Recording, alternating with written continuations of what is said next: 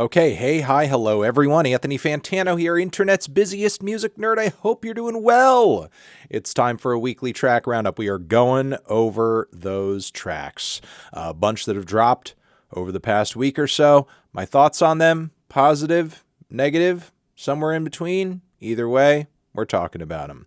Also linked down below, along with all the songs I'm talking about in this video, is our Turntable Lab affiliate link. If you use it to get some vinyl, some anything, we get kickback from it. Also, our Patreon page as well. Get some extra bonus monthly content while supporting the channel in the process too. Vinyl giveaways, access to our Discord community. And also want to give a shout out to the writers and staff over at theneedledrop.com, where we are currently doing half off of yearly subscriptions to the site, which with you can get ad-free browsing, weekly release highlights from the staff, plus a bunch of great interviews and features, content specifically for members. Check it out down below at theneedledrop.com. Let's hit the tracks. Okay, here we are, worst tracks of the week. We have actually more than I would like, honestly. Here we go. Let's start with the new Snail Mail. While I am very excited and happy to hear there's a new Snail Mail album on the way, the first return single over here, Dead End, is not really stopping me in my tracks. It's just about some of the most just drab, underwhelming, low-energy indie songwriting that I think I have heard in a minute, and there's not really much more to say about it other than that. I was also not really crazy about, surprise, surprise, the new Rob Zombie single over here, I'm a Rock and Roller. Yeah, it's maybe just trying a bit too hard to be edgy, and failing immensely to be so in any measurable fashion. We've also got this new track from Lightning Bolt, surprisingly. They have a split project on the way from OOIOO, which I don't know if I've ever sort of like learned to say that act's name correctly, but I mean, really two blasts from the indie past over here. Was really looking forward to spinning this Lightning Bolt track because, I mean, for a long time, they have been one of my favorite noise rock bands, point blank, period. But cloudcore, to my ears, they just don't really lock into a groove. And there's something about the drumming and the bass playing that feels just like very chopped and looped and repetitive and not really like energetic and free flowing like a lot of the duo's classic material, unfortunately. And it just makes the track a bit of a slog to listen to. I hope other new recordings don't feel as, I don't know, regimented, I'll say. Next, Def Leppard are back. Rejoice.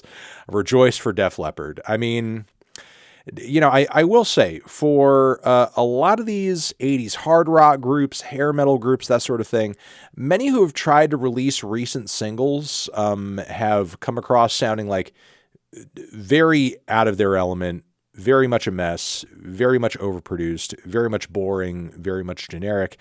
Def Leppard, in a lot of ways, at least like feel like they're capturing a bit of an old sound here. You know, it does have a bit of a classic vibe to it. It doesn't sound necessarily, you know, tired or completely out of touch with its roots, but even when Def Leppard were at their best, they were writing pretty mediocre hard rock, I'll say that. So it's not like Rejoice, even if it does sound better than like a new Motley Crue track. It's not like it's that much better in the grander scheme of things. Moving on from there, Flo Milli, who I'm surprised to see in this portion of the video, but this new Flo Jackson track I feel like is not really her beat. On top of it, her punchlines on this song are hella weak, including that Joe Jackson line, which is just awkward as hell, and not really feeling this one at all, honestly. All right, meh. The songs I was on the fence with. You might like them more than me, though. They are as follows. We have a new one from T.I., Pharrell on the production. It's a little one-dimensional, and Pharrell's beat does have kind of a rough start, but once the song gets going, I think there's a lot of potential here, and a new record from T.I. could be good. We'll just have to wait and see. It's not a bad one for sure. It's not a bad one by any means. All right, we also have a new one from Spelling over here, who has been kind of like re-envisioning with some guests and collaborators tracks from her latest full-length LP. This one featuring Brendan Yates of Turnstile fame, although it very much seems to be pretty much the OG version of Portrait of My Heart, but with Brendan Yates's vocals mixed in there and not playing a very complimentary role. I don't know. I think I would have much rather him do some kind of like interesting feature portion on the song than just like muddy up the vibe of the entirety of the track. I'm not really feeling this direction for this different version. We have a Strictly for the Scythe. The Scythe being a new supergroup featuring Denzel Curry, Ferg, formerly ASAP Ferg, Bktherula, Tia Corinne, and Kenyatta. This Strictly for the Scythe record is on the way this year. Our first taste of this album comes in the form of Lit Effect featuring LAZER Dim 700, and it's got a bit of a Memphis vibe, but kind of distorted like a lot of modern underground tracks tend to be these days. If there's anything holding the song back for me, it's that everybody vocally just comes across as like a little too low energy, a little too trying to play it just like cool and I don't know, as expressionless as possible in a way. I'm hoping for maybe some, just bigger bangers, bigger moments deeper into this project, especially since the track list is looking pretty tight. But still, given all the names, given how crazy this crossover event is, just all the talent in this supergroup, I'm still very much looking forward to seeing what the Scythe is going to do. All right, we also have a new one from Joji over here, which is titled Last of a Dying Breed. It's okay. Got a very repetitive, chill, electronic beat, moody vocals. Definitely not the most standout song so far from this, new album cycle and series of teasers Joji has been subjecting us to, but Piss in the Wind, still very much looking forward to it. We have Harry Styles, who has treated us to the first track of his forthcoming album, Kiss All the Time, Disco Occasionally is the title of the album. And Aperture is the name of the first track on the record, the first single. Been hearing some rumors that he was influenced by the likes of LCD Soundsystem on this album, and that is very much coming across on this track. It's very much giving LCD someone great, but if it were like remixed and sung over by Ezra from Vampire Weekend, that is like literally the vibe of this track, and it's got kind of a linear progression to it, some interesting growth points, very subtle in terms of how it moves and changes, not a big chorus or anything like that, but maybe that's not going to be Harry's vibe for this record. Maybe he is setting us up for his electronic album. We will just have to see, but I will say for now, I feel like this first teaser, it's okay. He's definitely taken a risk on the track. I admire that. I can give it an A for effort and trying something different, trying something unexpected. But is it a song I see myself really like kind of coming back to over and over? I don't know, not particularly. All right, we also have a brand new one over here from, of course, Fred again, Young Thug on the track as well. Scared is the name of the track. And while I don't know if this is like really the kind of beat that complements Young Thug's style, I was happy to hear some vocal inflections here, a delivery that was a lot more expressive, and he was hitting some of those like, more rubbery, again, I'll use the word inflections, that he's like kind of known for, the squeakiness, like the weird eccentric kind of elements of his voice that have been a trademark for him for a very long time, that were very much not there on a lot of tracks from his latest LP. So while this is a step up vocally a little bit, and who knows, how long maybe Fred again has been sitting on this feature. I presume, it's newer since the track is newer, but still, with that being said, I don't know if they're making for the best mix on this track together, but cool that there's like an openness there, an openness to collaborate between both of them. We also have Red Asphalt, Exhumed, forthcoming album, another track from them, Shovelhead. I think by, death metal standards, this one sounds like a little bit more dime a dozen than the first single from the record, which had some catchier riffs, though, and some cool call and response vocals, too. This one wasn't hitting quite as well and kind of went by like a bit of a blur. Still looking forward to this kind of like car wreck themed record from them, though. Should be a fun one.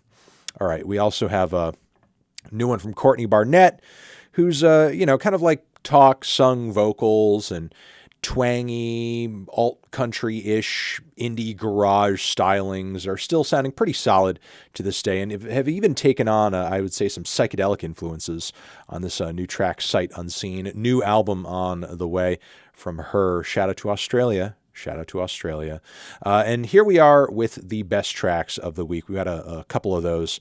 They are as follows. Here we go. Yves remix of Underscore's Do It. It slaps, goes hard, super energetic, and exciting. Really liking this new spin on the song. Also, down south, Trap Dickey and Key Glock hitting us with a classic horn sample, some trap beats, and some chill flows, and some head-nodding rhymes. Liking this one quite a bit, too. They got some good chemistry on it. SEBii is hitting us with a really sugary, fun track on the song SiiMP. Definitely one of his most banger cuts in a while, with a beat that is as glitzy and as white and pink as this wild outfit over here. Oh my God.